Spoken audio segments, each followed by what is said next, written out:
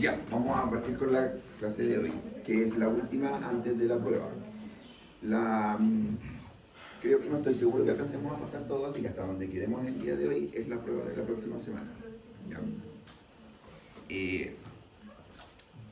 Como hoy día era un día más difícil de venir, porque estaba lloviendo, el día sábado, está nublado. Así que para los que vinieron la próxima semana, me avisan, me recuerdan cuando vengan a entregar la prueba y les vamos a dar algo. Una pregunta extra. Ya no, entonces, pero me recuerdan porque lo voy a ver aquí en la lista, ¿ya? No les digo que les voy a dar porque les voy a hacer unas tarjetitas, les voy a poner 4 opciones para que les aparezca algo, así como eliminar una mala, un punto más. Listo, ya. Partamos entonces. El día de hoy vamos a ver principalmente inflamación. Eso es para los que lleguen hasta ahora, porque si llega alguien después... Para que sepa. Vamos a ver hoy conceptos de inflamación. Vamos a ver principalmente 2 tipos de inflamación. Inflamación aguda e inflamación crónica. ¿Ya? Como la palabra lo dice, la inflamación aguda es una inflamación que aparece en el momento, aparece ahora, en instauración rápida y se sale rápido también, es autolimitada. En cambio, la inflamación crónica es un proceso que dura semanas, incluso años. Una de las cosas importantes cuando hablamos de inflamación es que siempre miramos la inflamación como algo malo. O sea, como que si alguien nos pegamos en alguna parte del cuerpo y nos aparece, se inflama, pareciera que la inflamación es mala. Tomamos antiinflamatorios, nos ponemos cositas...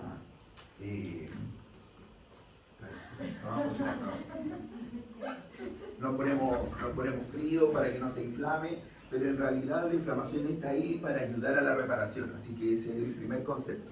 Cuando algo se inflama es porque está intentando reparar algo. Eso nos lleva a la conclusión de que cuando utilizamos antiinflamatorios estamos yendo en contra de la reparación. Así cuando utilizamos antipiréticos, medicamentos para la fiebre, también estamos yendo en contra de la recuperación. Así que todas esas cosas, todos esos medicamentos que utilizamos en realidad están yendo en contra de los procesos fisiológicos y de algo que está ahí para ayudar. Profe, respecto a como antiinflamatorio, ¿cuál es como la gran diferencia entre los esteroidales y los no esteroidales, los años y esas cosas? Y que algunos como que no se pueden mezclar con otras sustancias. Por ejemplo, creo que la naproxeno no se puede tomar con paracetamol o ibuprofeno o algo así. Viene algo de eso, en realidad eso es como de fármaco, pero hablemos. ¿Ya? Hay 2 tipos de... Me voy a adelantar para que veamos eso. ¿Ya? Y después igual cuando lleguemos ahí, lo pasamos más rápido, ya que hizo la pregunta. Porque es súper interesante hablar de esto. ¿Ya? Hablar de esto. ¿Ustedes todavía no han tenido fármaco? Ya lo tienen. Miren, aquí hay algo básico. Cada vez que, hablando de la inflamación, cada vez que nosotros nos pegamos, por ejemplo, nos pegamos en alguna parte del cuerpo y se nos inflama, inicia una cascada que parte desde la membrana plasmática. ¿Ya? En la membrana plasmática de todas las células hay fosfolípidos y hay algunos fosfolípidos que son de cadena larga, que le llamamos eicosanoides, que tienen más de 18 carbonos. La gracia es que cuando nosotros nos pegamos, alguien nos pega una patada, se activa o se rompe esta membrana y se libera una molécula que es un eicosanoide, que es un ácido graso de cadena larga, y se activa una fosfolipasa que lo que hace es tomar eso y ciclarlo, lo dobla, y forma esta molécula que es de aquí donde parte todo, que se llama ácido araquidónico. Del ácido araquidónico es capaz de transformarse en 3 cosas. Una que se llama tromboxano, leucotrienos y prostaglandinas. La gracia de esas 3 cosas es que están involucradas en algunos procesos, sobre todo este de aquí. Las prostaglandinas están involucradas en 3 procesos: en el dolor, en la fiebre y en la inflamación.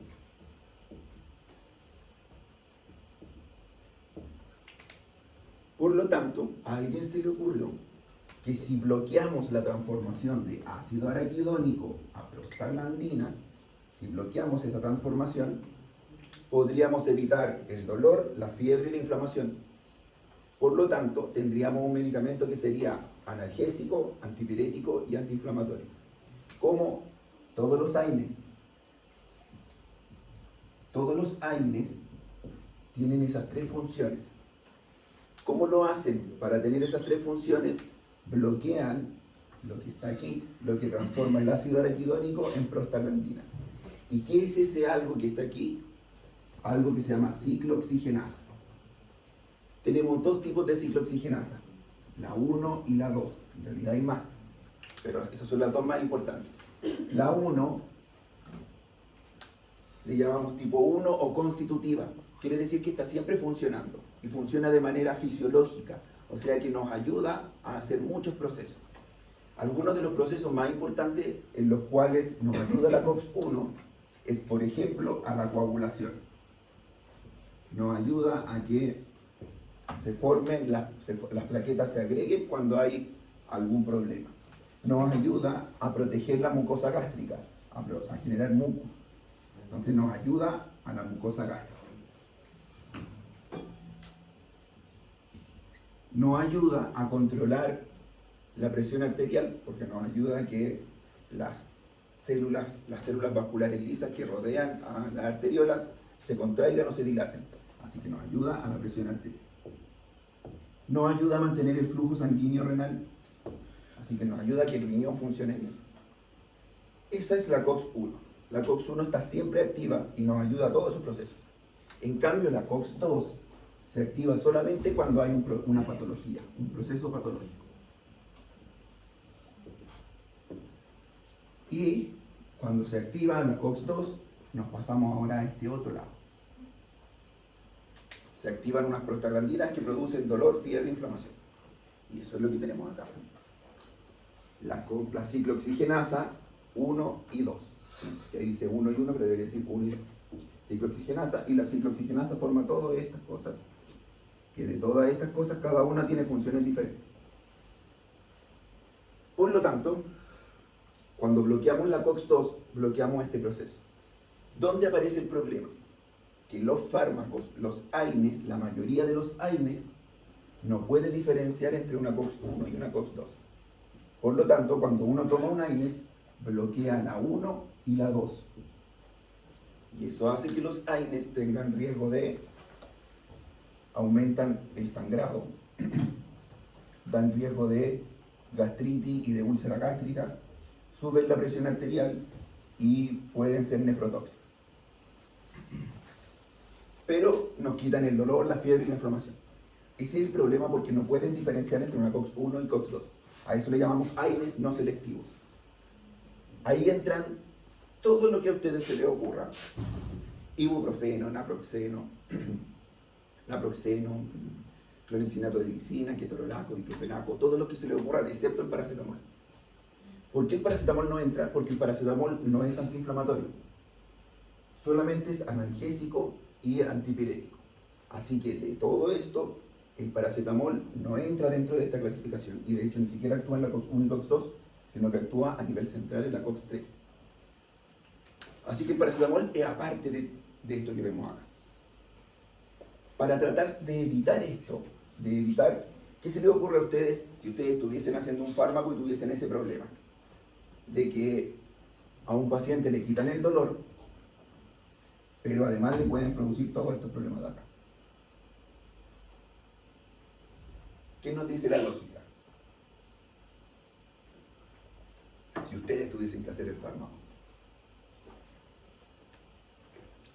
¿Que sea selectivo? Que sea selectivo, muy bien.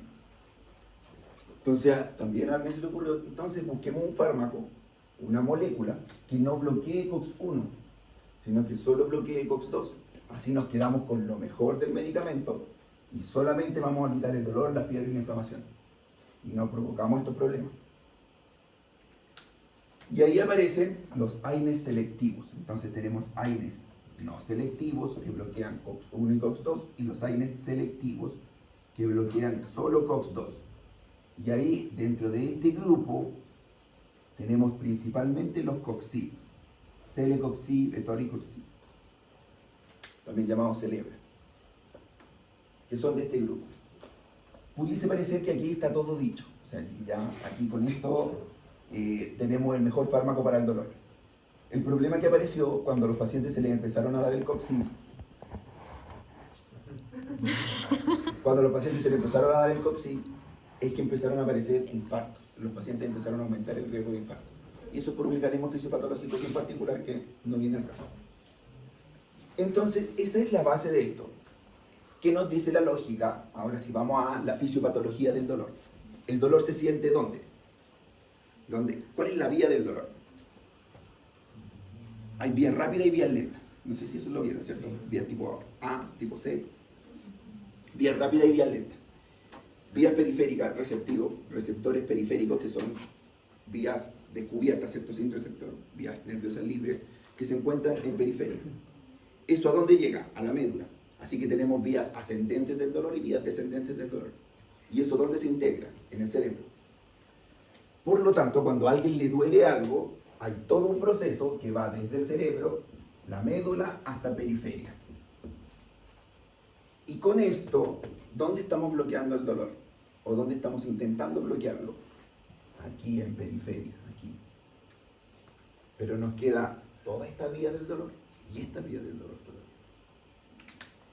Por eso, estos fármacos a veces no son suficientes, porque nos quedan muchas vías diferentes del dolor todavía. Así que cuando nosotros queremos disminuir el dolor de alguien, la lógica nos dice que tenemos que utilizar fármacos que tengan diferentes mecanismos de acción. Si yo quiero disminuir el dolor a alguien, no vale la pena que utilice 2 AINES, porque voy a estar redundando en bloquear 2 veces aquí, que no tiene sentido. Mejor sería que yo le dé un fármaco que bloquee aquí, otro que bloquee aquí y otro que bloquee aquí. O sea, un fármaco que bloquee el dolor a nivel periférico, otro que lo bloquee a nivel central y otro que module el dolor. Así que si yo quisiera modular el dolor de alguien, podría hacer una mezcla de, bueno, una frecuente, tramadol, que es un opioide derivado de la morfina, donde voy a estar bloqueando el dolor aquí, arriba. A eso le puedo poner ibuprofeno y voy a estar bloqueando el dolor a nivel de aquí. Le puedo poner a este paciente paracetamol y voy a estar bloqueando el dolor a nivel central y periférico, pero con un mecanismo distinto del tramadol y del ibuprofeno. Y podría agregarle duloxetina, por ejemplo, pregabalina o alguna otra cosa. Y con eso voy a estar bloqueando aquí. Así que ahí tengo todas las vías bloqueadas. Y con eso llegamos a la pregunta de la compañera, que ahora se arrepiente de haber hecho la pregunta. Pero adelantamos harto, porque eso igual lo iba a decir yo más adelante. ¿Qué medicamentos podemos mezclar? Podemos mezclar todos los que tengan mecanismos de acción diferentes, pero no aquellos que tengan el mismo mecanismo de acción. ¿Por qué? Si yo mezclo ibuprofeno y ketorolaco, aumento el riesgo de todo esto, menos coagulación, más gastritis, más presión arterial, más falla renal, pero no disminuyo el dolor. De hecho, dentro de farmacología eso le llamamos techo terapéutico o techo analgésico. Cuando yo llego al tope de la analgesia de un fármaco, no aumenta más la disminución del dolor, sino que solo aumentan los efectos adversos. Por eso hay una contraindicación de utilizar 2 AINES juntos al mismo tiempo. Porque si yo lo hago, no disminuyo el dolor, solamente aumento el riesgo de efectos adversos. Y dependiendo del paciente, pueden ser efectos adversos mayores. ¿Ya? Y además que todo esto se potencia, ¿ya? Se potencian bastante. Así que, ¿qué fármacos puedo mezclar? Todos aquellos que sirvan para el dolor, pero que tengan mecanismos de acción diferentes. Y dentro de los AINES yo podría mezclar, sí, ibuprofeno con paracetamol. De hecho, puedo mezclar casi cualquier AINES con paracetamol, porque tienen efectos diferentes, no actúan donde mismo. Incluso, Hay algunos medicamentos como la aspirina que son capaces de bloquear uno u otro dependiendo de la dosis.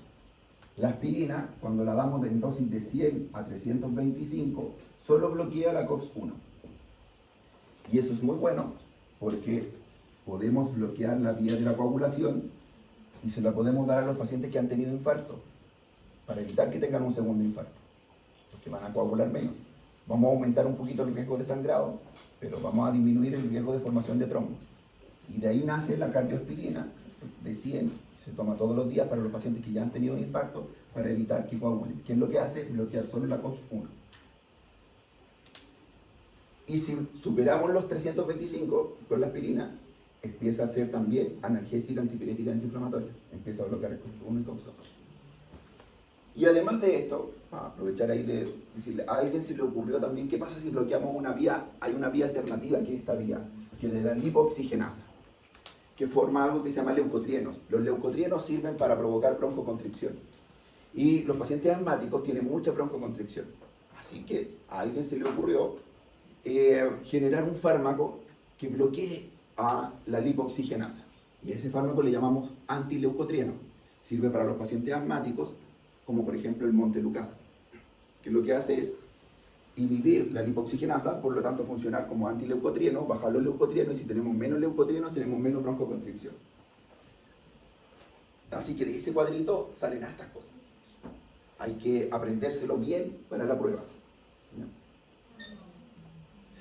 De todos esos, después les voy a comentar cuáles son los más importantes, porque prostaglandina hay una lista gigante. Prostaglandina 1, prostaglandina G1, G2, G3.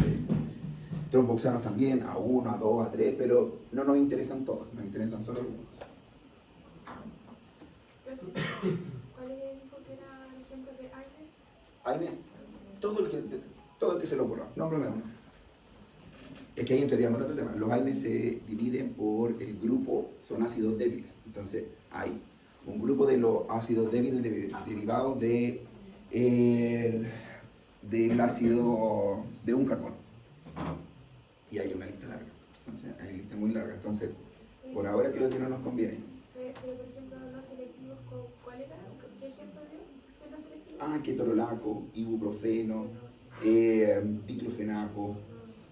Dentro de los que más pudiesen conocer, clonixinato de glicina, ácido befenámico. ¿Se les ocurre algún otro? Naproxeno, ¿no? Naproxeno, también. Y ahí cada uno tiene sus propias características. Por ejemplo, el naproxeno es el más cardioprotector, o sea, para los pacientes que han tenido infarto es el mejor, pero el más gastrolesivo, el que más produce úlcera gástrica. Entonces ahí cada uno tiene algunas diferencias. ¿Ya?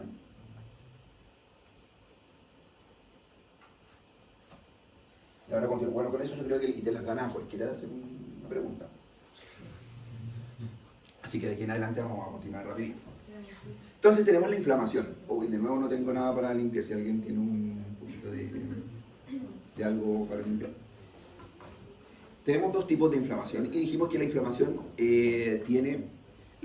tiene la capacidad de ayudarnos a sanar. Y tiene 5 características, que son esas que hay que aprendérselas de memoria, que parecen lógicas, pero en algún momento nos van a servir de algo. Cuando se produce inflamación, ¿cómo nosotros podemos darnos cuenta? Porque se va a producir calor, rubor, tumor, dolor y pérdida de función, ¿ya? Que le llamamos los 5 signos cardinales del dolor. Y son importantes porque han visto ustedes, o sabrían cómo ver ¿cuál es la diferencia entre una rodilla que tiene artrosis y una rodilla que tiene artritis?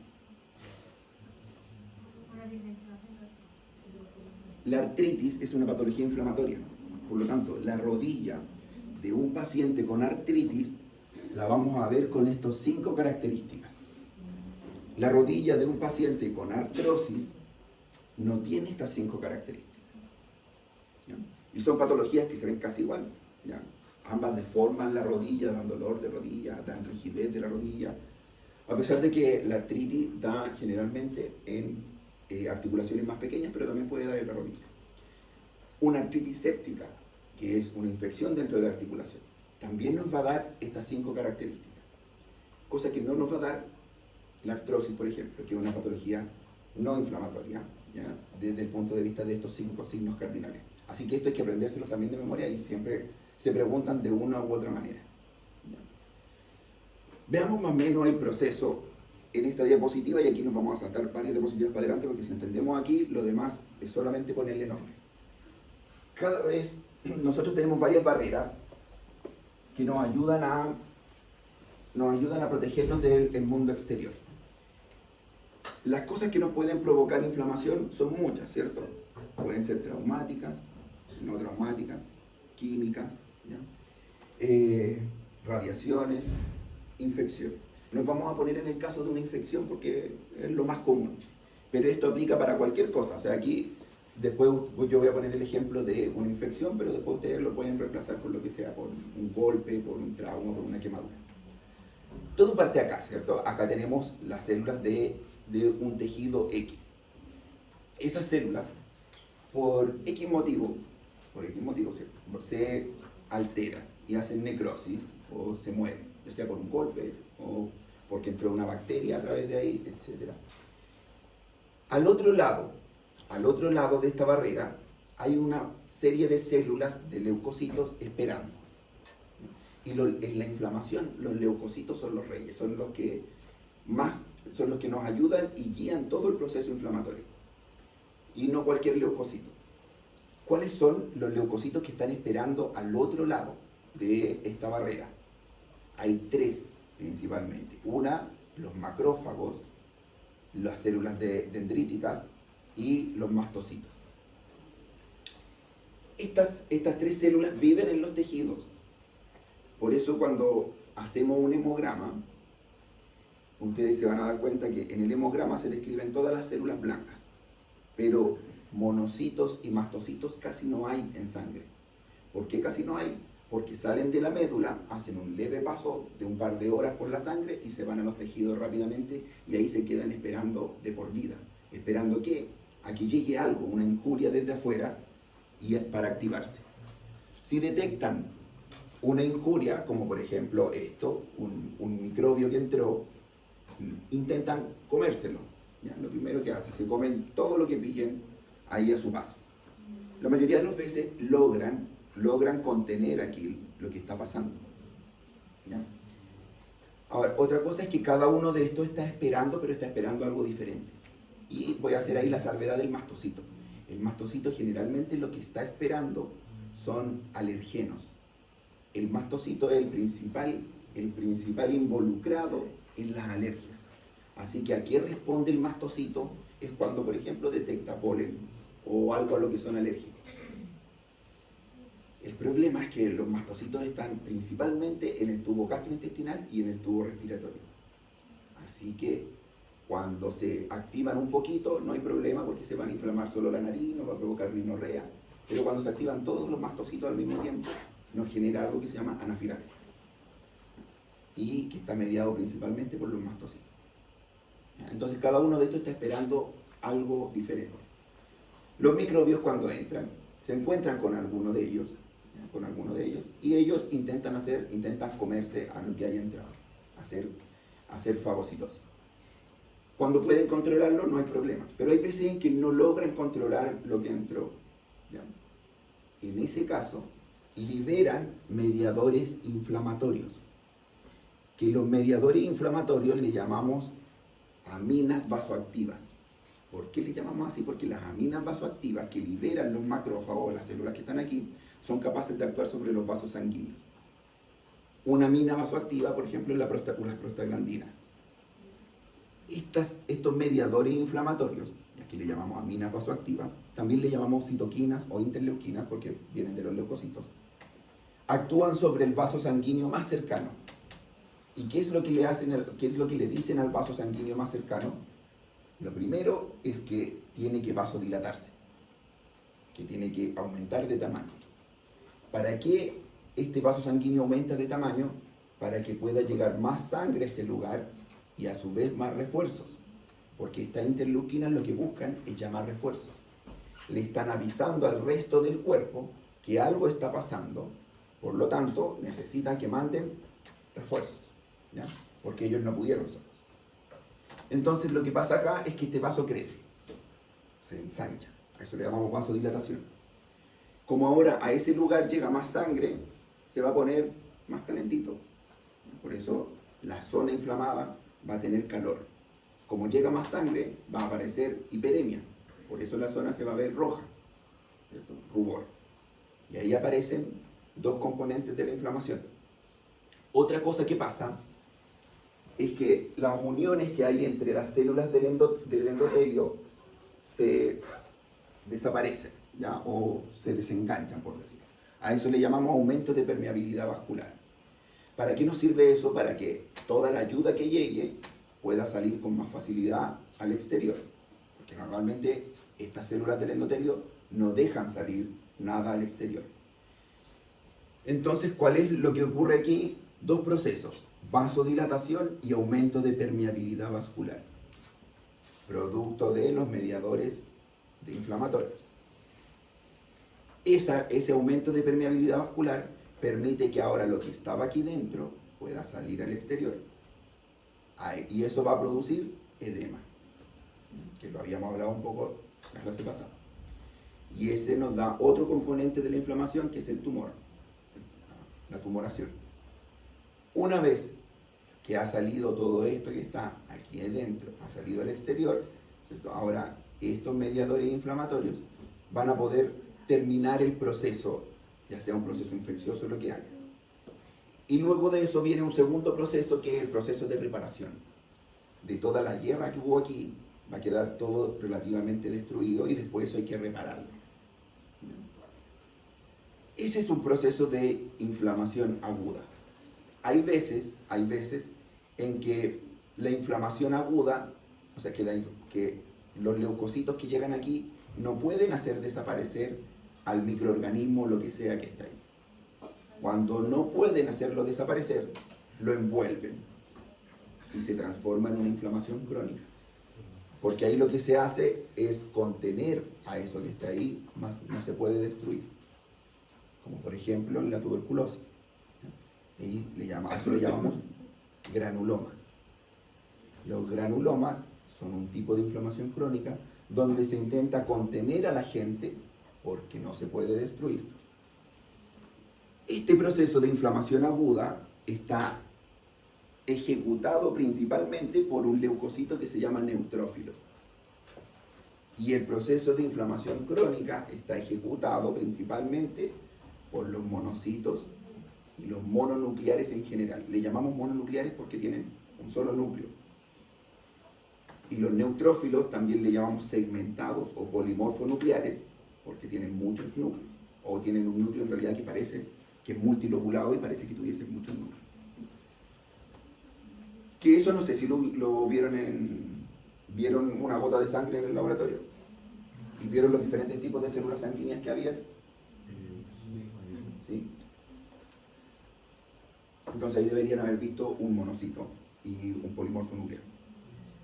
Recuerden los nombres que tienen, porque yo les voy a nombrar cualquier nombre para que sea más difícil: segmentado, polimorfo nuclear o neutrófilo. Son relativamente lo mismo, no son lo mismo, pero por ahora lo vamos a utilizar como sinónimo para no complicarle más la vida, porque realmente los segmentados además incluyen a otras moléculas más, ¿ya?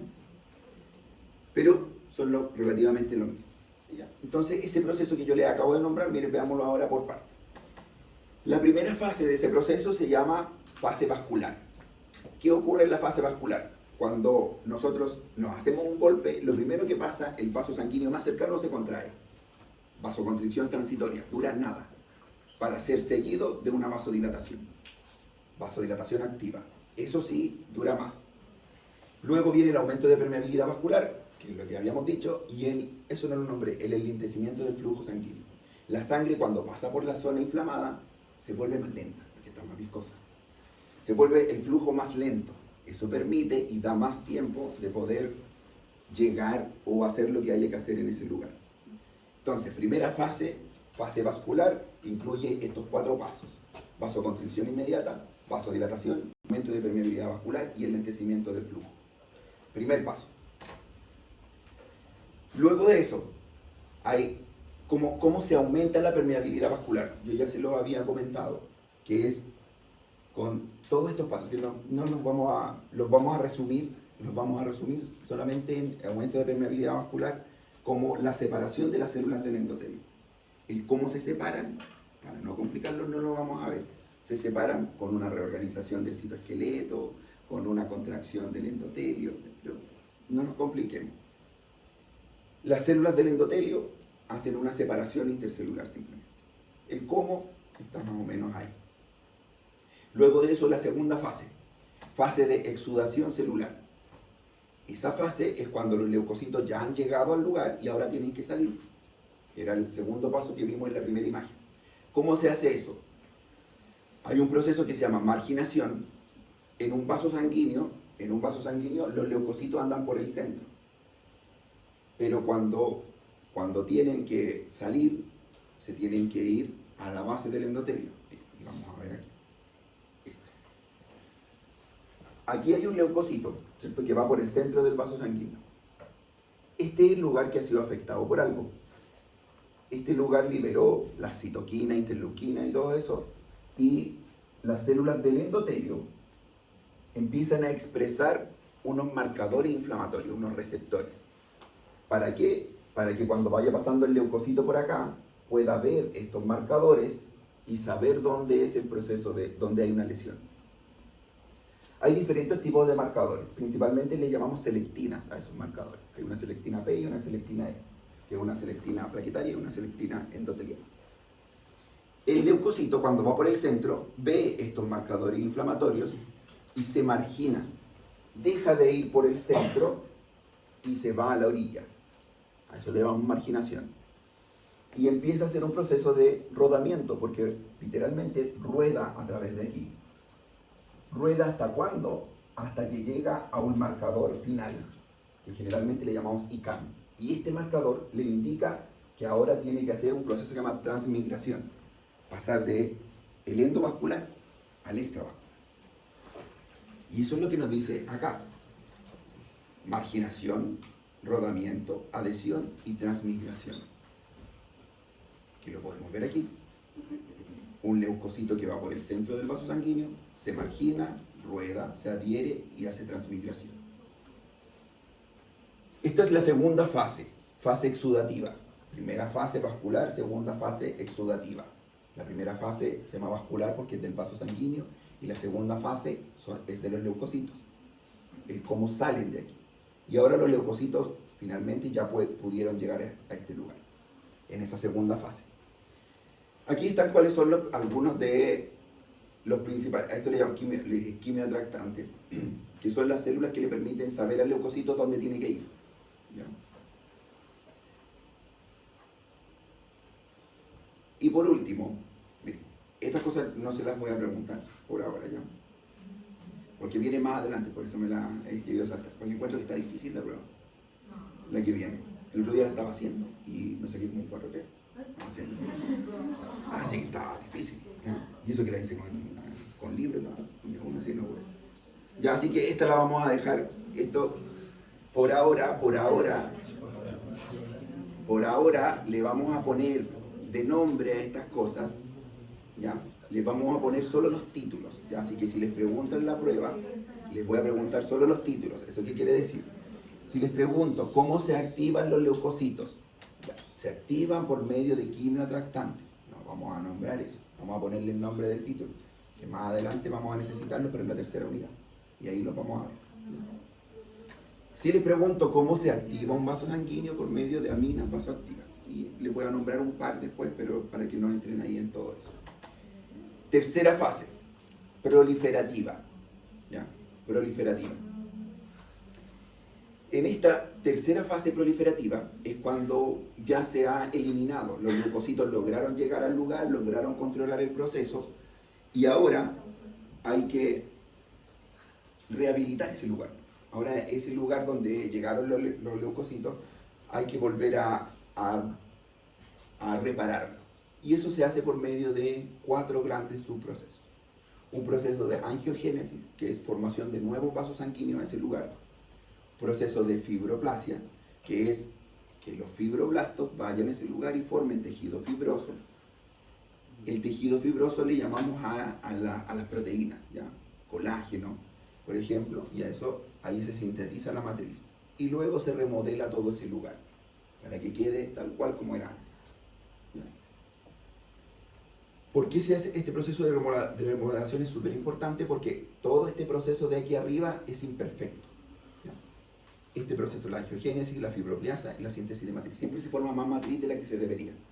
Así que se va remodelando. Eso es lo que pasa con las cicatrices. Al principio una cicatriz puede quedar bastante fea, pero con el tiempo se va remodelando y va quedando más parecida a la piel de al lado. Así que ese proceso de remodelación es bastante importante. Y ese es el otro proceso.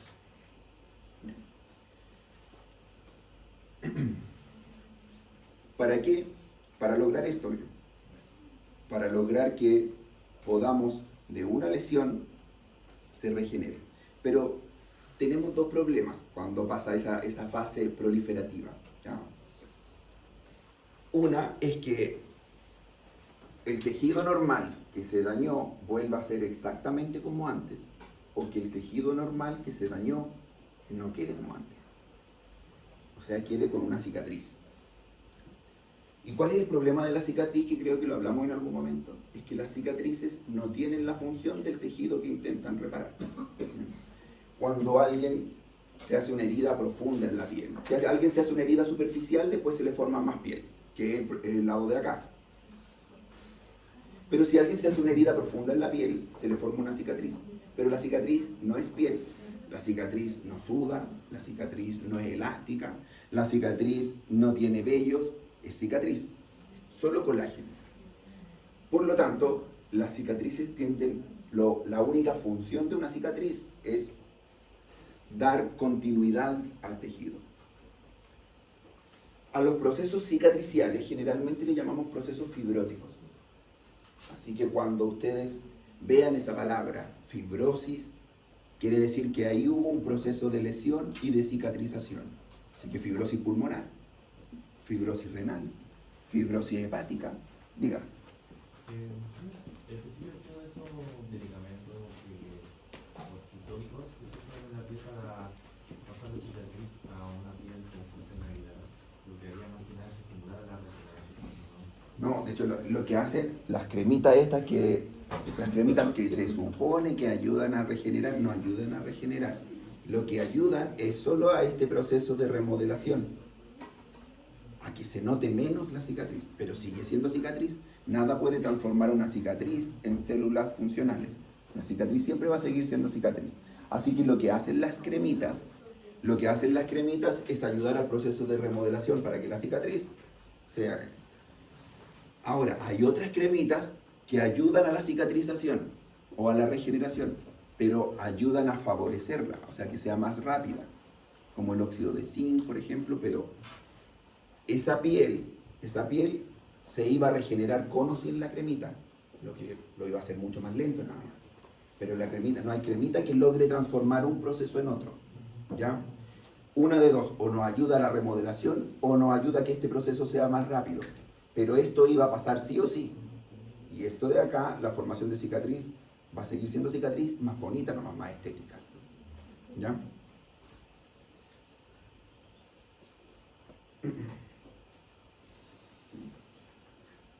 Entonces, y ahí tenemos, les decía, tenemos los distintos tipos de fibrosis. Entonces, cuando le ponemos esa palabra fibrosis, estamos hablando de un proceso de regeneración a través de formación de proteínas, pero no de tejido. Así que una fibrosis pulmonar es el reemplazo del tejido pulmonar por tejido fibrótico, o sea, por tejido de regeneración, por proteínas, por colágeno.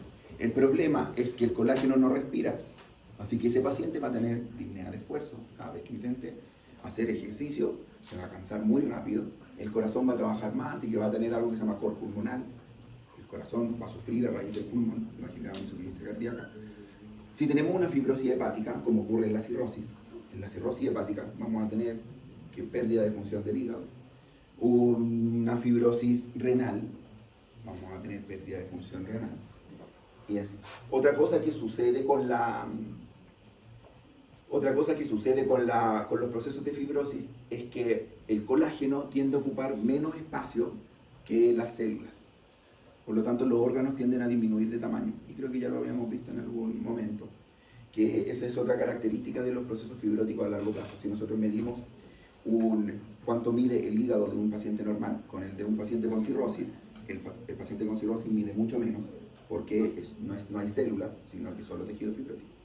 Lo mismo si medimos un riñón fibrótico de un paciente con enfermedad renal crónica, mide mucho menos que lo que mide el riñón de un paciente con un riñón normal, porque el tejido fibroso mide menos que el tejido que intenta reparar. Así que ahí quedamos entonces con este proceso de cicatrización. Hay algunas cosas que ayudan y otras cosas que empeoran la cicatrización. Dentro de las cosas, como decía el compañero, dentro de las cosas que más o dentro de las cosas que empeoran la cicatrización están los AINES, porque como los AINES son antiinflamatorios, impedimos todo este proceso. Así que utilizar AINES tal vez no es una muy buena idea en ciertos procesos. ¿Qué otras cosas se les ocurre a ustedes que no son buenas para la cicatrización?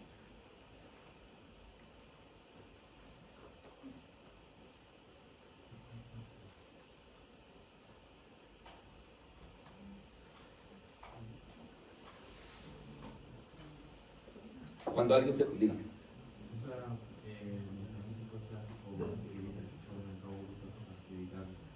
Antivirales, ya.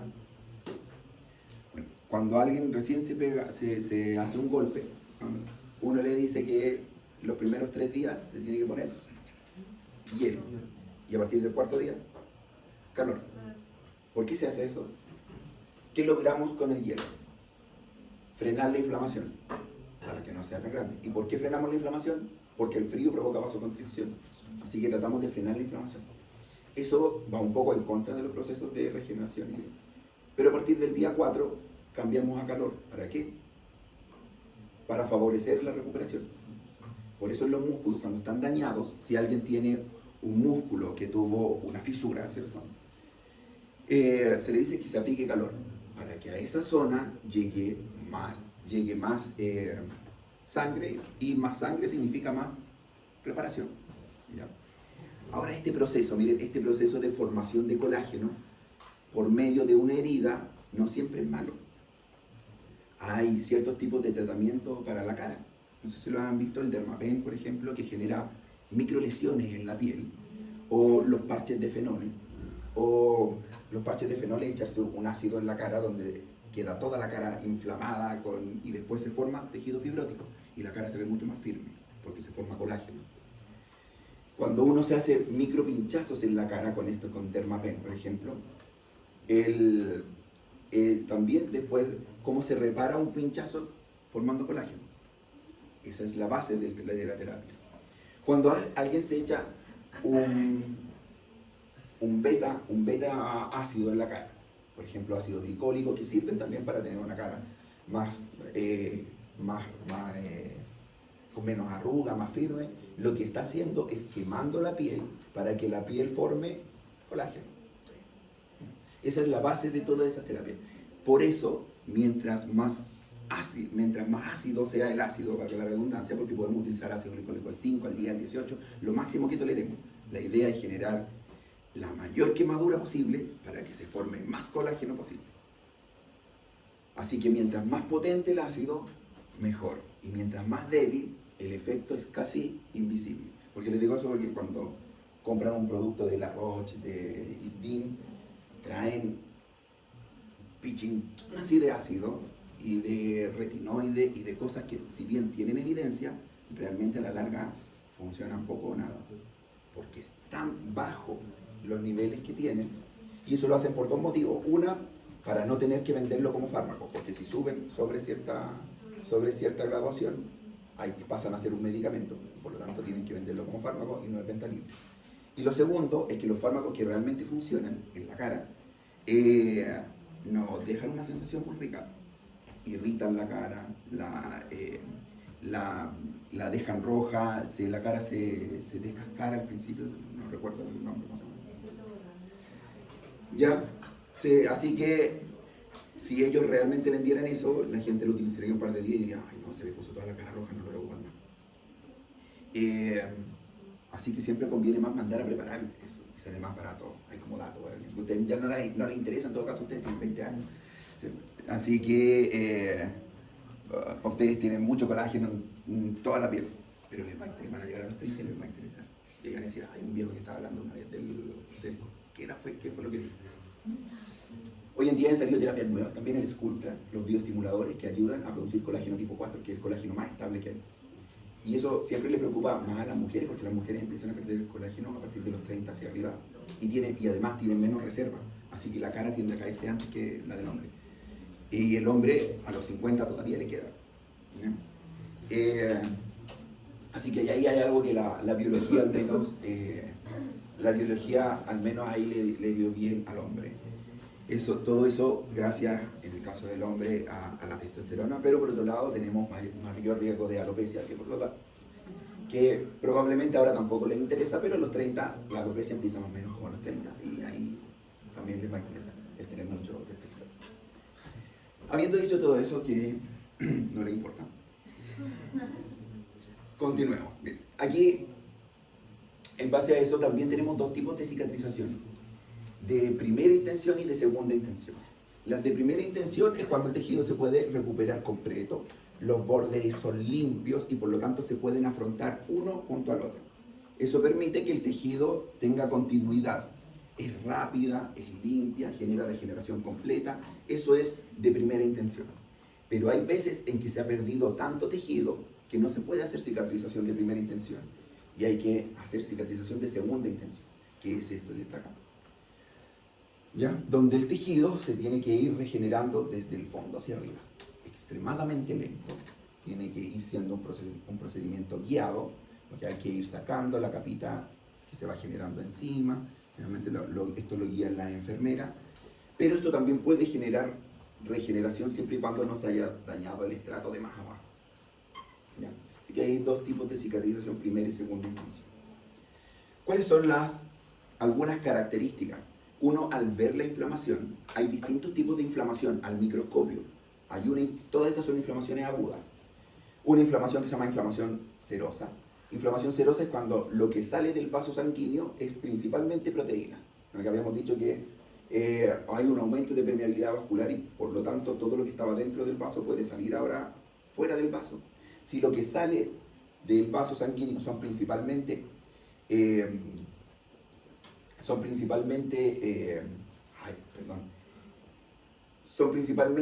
líquido, le llamamos exudativo. Si lo que sale son leucocitos, le llamamos purulento. ¿Ya? Por eso se ve blanco. Por algo se llaman glóbulos blancos, porque realmente se ven blancos. ¿Ya? Así que ahí tenemos eso. Si lo que sale es principalmente fibrina, le llamamos inflamación fibrinosa. Si lo que sale son glóbulos rojos, inflamación hemorrágica. ¿Ya? Así que todo depende de lo que salga al exterior. ¿Ya? De lo que salga al exterior del vaso sanguíneo. Tenemos distintos tipos. Esto se ve al microscopio. Y no sé si lo habrán visto, porque no creo que haya que tengan una biblioteca de esto. ¿Ya? Pero no sé si lo habrán visto ¿no?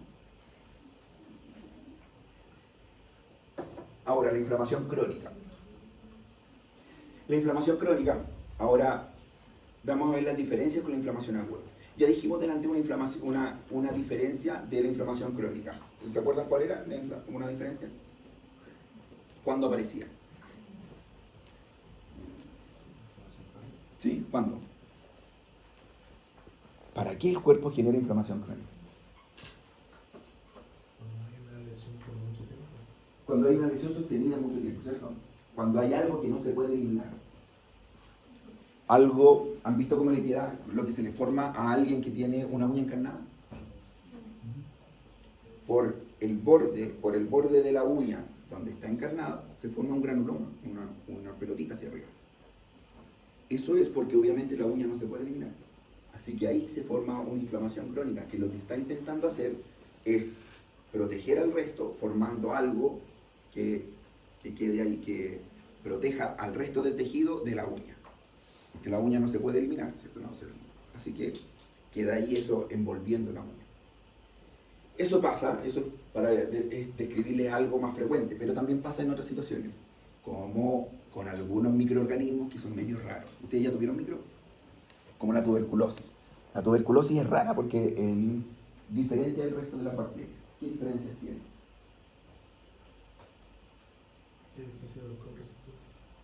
¿Es alcohol ácido resistente? Bien. ¿Y por qué alcohol ácido resistente?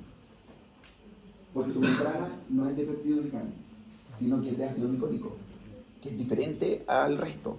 Como no tiene una membrana de péptido glicano, no le afectan ciertos antibióticos. Ese ácido micólico lo hace evadir al sistema inmune y lo hace súper resistente a los mecanismos de degradación. Así que la tuberculosis es súper difícil de eliminar. De hecho, cuando la queremos eliminar o le queremos a alguien dar tratamiento, le tenemos que dar 4 fármacos, 4 antibióticos al mismo tiempo. Y no por poquito tiempo, ¿cierto? Por meses, por muchos meses, al menos 6 meses de tratamiento para intentar eliminar la tuberculosis. Así que el cuerpo, y o sea, a nosotros nos cuesta eliminar esa bacteria con antibióticos, al cuerpo imagínense cuánto les cuesta. Así que el cuerpo, ¿qué es lo que hace? Englobarlo dentro de un granuloma y deja unas granulomas cavitados aquí en el pulmón. Así que en general esa es una característica. Entonces, frente a una noxa o a una injuria que no podemos eliminar, aparece la inflamación crónica. Algo persistente. Otra característica también lo habíamos nombrado. El leucocito que predomina en una inflamación aguda es el polimorfo nuclear, neutrófilo o segmentado. El leucocito que predomina en una inflamación crónica son los mononucleares. ¿Y cuáles son los principales mononucleares? Estos que están aquí, macrófagos, linfocitos. Macrófagos y linfocitos. Otra característica de la inflamación crónica es esto de aquí abajo. Hay una fibrosis progresiva, una neovascularización y una destrucción tisular, cosa que no tiende a pasar en la inflamación aguda, porque dijimos que en la inflamación aguda no hay destrucción tisular, sino que al final o se regenera o se forma cicatriz. Aquí hay una destrucción progresiva mientras se va destruyendo el tejido de alrededor. Y por último hay inflamaciones mixtas, ¿cierto? Inflamaciones que tienen un poquito de agudo y un poquito de crónico. ¿Cómo se va generando la inflamación? Entre los 0 y los 30 minutos se produce la fase vascular. Entre los 2 a 6 horas la migración de neutrófilos. O sea, la fase, ¿cómo se llama esa fase? Bien, ¿cómo se llama? ¿Ah? Rodamiento. Ya, se llamaba exudativa, esa fase. Entre las 24 y 48 horas, la llegada de otras cosas y acá, por último, la resolución o la cronificación, después de las 72 horas.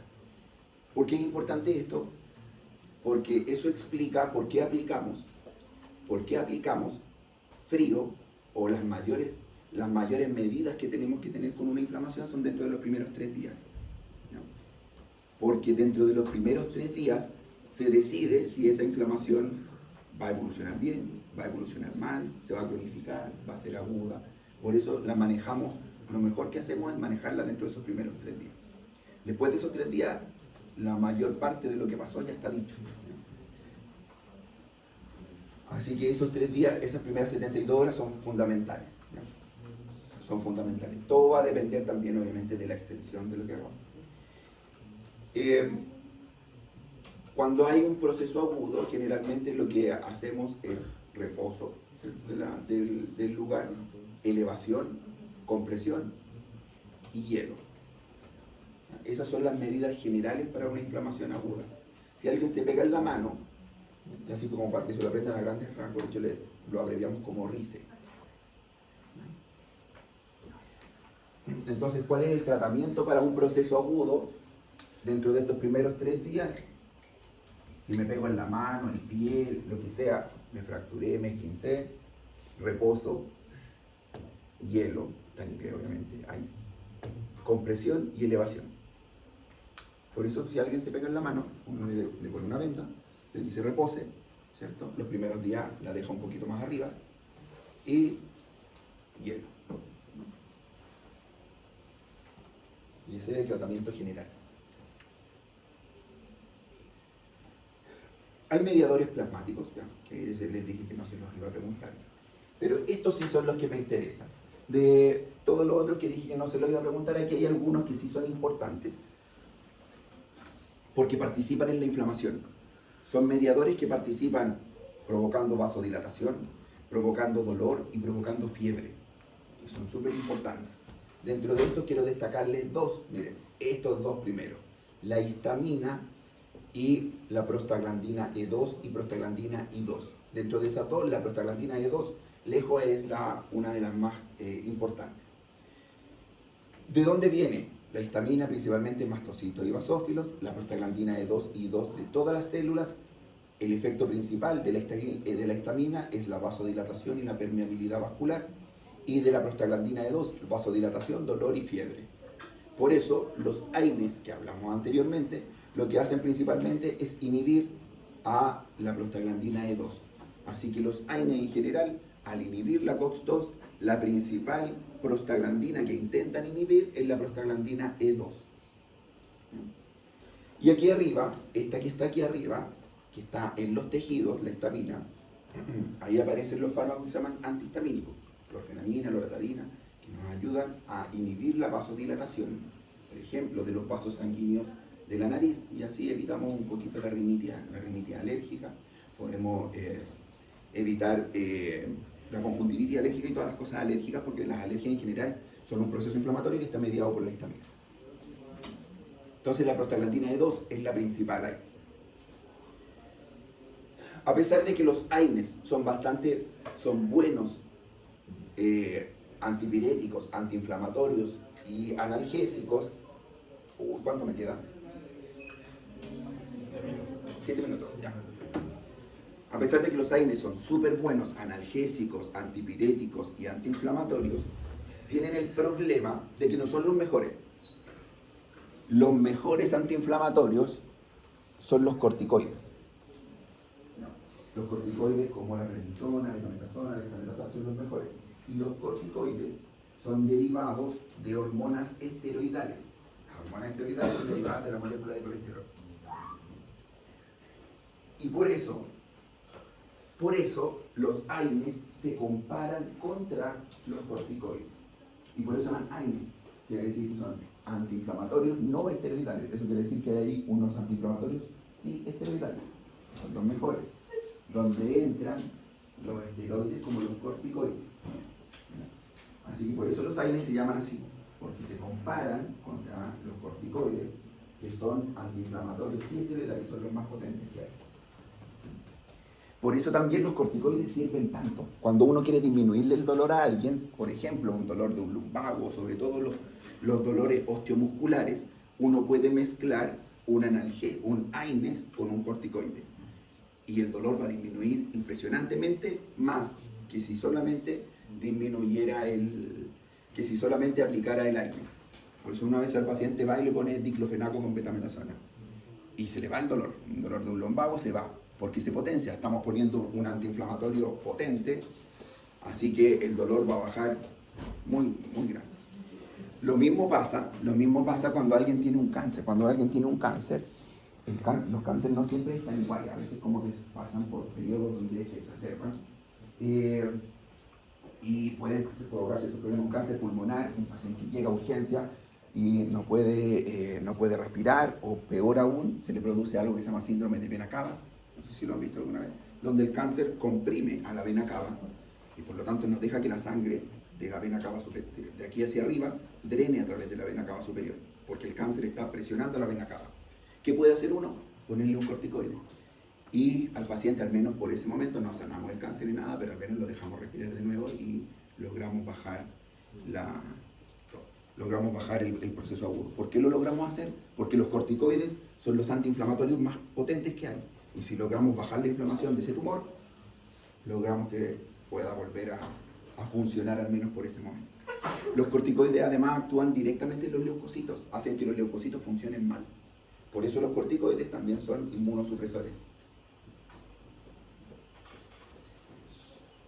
Y con esto creo que terminamos. Antes, ¿se acuerdan que les dije que en el lugar que estaba ocurriendo esto, si yo me pegué aquí en la mano, el proceso está ocurriendo aquí? Pero hay veces donde esto no es suficiente y yo tengo que avisarle al resto del cuerpo de que aquí está ocurriendo algo. A eso le llamamos efectos sistémicos de la inflamación. A los efectos que se producen en algún lugar lejano al lugar de inflamación y que son mediados por reactantes de fase aguda de la inflamación y por interleuquina inflamatoria. Y esta sí hay que aprendérsela, que son principalmente 3, interleuquina 1, interleuquina 6 y el TNF-alfa, el factor de necrosis tumoral alfa. ¿Ya? Estos 3 de aquí. ¿Para qué sirven esos tres mediadores inflamatorios? Para la fiebre. Y la fiebre, yo puedo estar teniendo una infección urinaria y se me produce fiebre. La fiebre se produce a nivel del hipotálamo. Entonces, ¿cómo le avisó el sistema urinario, el riñón, al cerebro de que se estaba produciendo una infección ahí? A través de esa interleuquina. Interleuquina 1, 6, TNF-alfa. Y no es lo único que hace, sino que esas interleuquinas van pasando por todos lados, pasan por el hígado y le avisan al hígado que hay problemas y que tiene que empezar a hacer algo. Pasa por el corazón y le avisa al corazón que hay problemas y que tiene que hacer algo. Pasa por los músculos y también le avisa. ¿Y qué es lo que hacen? ¿Qué es lo que hacen estas interleuquinas cuando pasan por el hígado, por ejemplo? Hacen que el hígado comience a producir una gran cantidad de proteínas que van a ayudar al proceso. Complemento, inmunoglobulinas, fibrinógeno, pero de todas esas la que más nos interesa es una que se llama PCR, proteína C reactiva. La proteína C reactiva entonces es un marcador inflamatorio. Cuando se la metimos la PCR a un paciente en el hospital o en cualquier lugar y encontramos que está alta, lo que tenemos que imaginarnos es que hay un proceso inflamatorio en algún lugar. Hay que ir a buscar dónde ahora. Pero al menos sabemos que alguien le avisó al hígado que había una inflamación y por lo tanto el hígado comenzó a producir proteínas de fase aguda de inflamación, donde la PCR es una de las importantes porque las medimos en el laboratorio. Mientras más, después a uno se le empieza a olvidar un poquito de esto y generalmente asociamos PCR con infección, ¿ya? Porque es una de las causas más frecuentes, pero en realidad la PCR nos está avisando de una inflamación. Cuando pasa, eso es cuando estas interleuquinas pasan por el hígado. ¿Qué hacen las interleuquinas cuando pasan por el corazón? Aceleran el corazón, provocan taquicardia. ¿Para qué? Para que el corazón pueda mandar más sangre a los lugares donde hay que mandar sangre. ¿Qué hace cuando pasa por el cerebro? Genera fiebre. ¿La fiebre para qué nos sirve? Porque los leucocitos funcionan mejor alrededor de 37.5 grados.